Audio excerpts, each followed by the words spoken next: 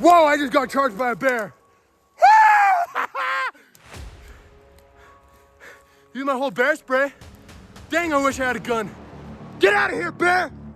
Get out of here!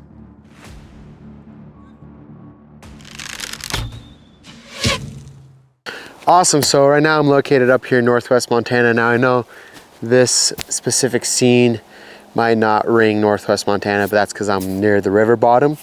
Anyways, we got a lot of bears up here, and I've had quite a bit of encounters with bears myself.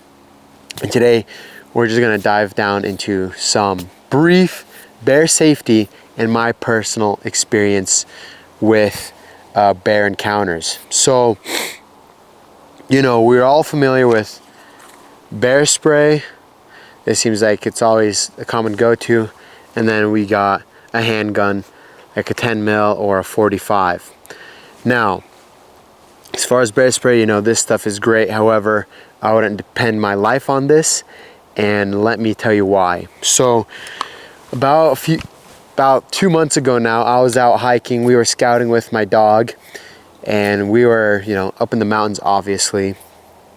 And we're on this little game trail. We're walking on this little game trail, and my guard was relatively low. My dog's guard was pretty down. He's up and down. He's running up and down this trail, back and forth. Come around this little corner, around this little bend, and boom, there's a bear standing right there, staring at us. And my dog freaks out. He starts running, and I believe the bear's instinct kicked in.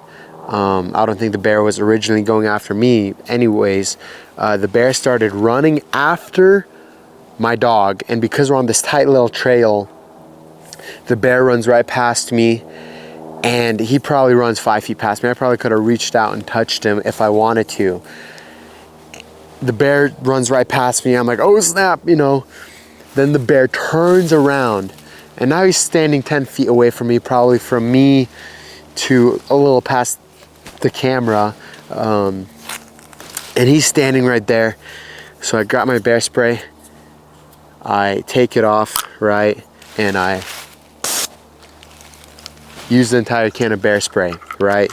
I spray this entire can. It wasn't this one, but I use an entire can of bear spray, and the bear didn't even move.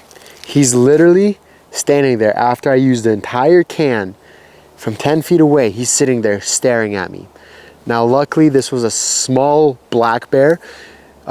Pretty odd behavior for a small black bear, honestly. Usually you yell at them and they run away. However, this bear, standing there, he's starting to drool at this point. My bear spray is out. I don't have my gun on me because it was at my brother's house and I didn't want to bother him. So my bear spray is out. So at this point, I have my little knife out, my little Benchmade out, and I'm ready. I'm like, okay, this bear's about to get on top of me. My bear spray failed me, and mind you, it takes about 10 seconds to deploy this entire can. So for 10 seconds, I sprayed that thing, didn't budge. Now I got my knife out, and I'm yelling at this thing. I'm making myself big. I'm yelling at it, and it doesn't. Nothing is helping. At this point, actually, the bear spray starts coming back in my face after spraying it. The back spray comes in my face, so my eyes are watering, my skin's on fire. Everything is just burning, right? Just completely on fire. And, you know, everything's on fire. My eyes are watering. Everything's just burning up. And after X amount of time, probably 15 seconds go by now, finally the bear decides to walk away, but now he starts going after my dog again, and then he takes off, and I don't see him.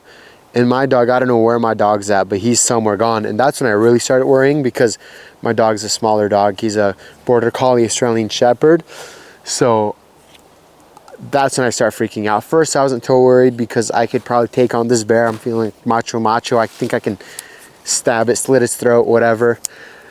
But as soon as I lost sight, I'm like, oh snap, please don't hear my dog squealing. That's gonna just be horrible.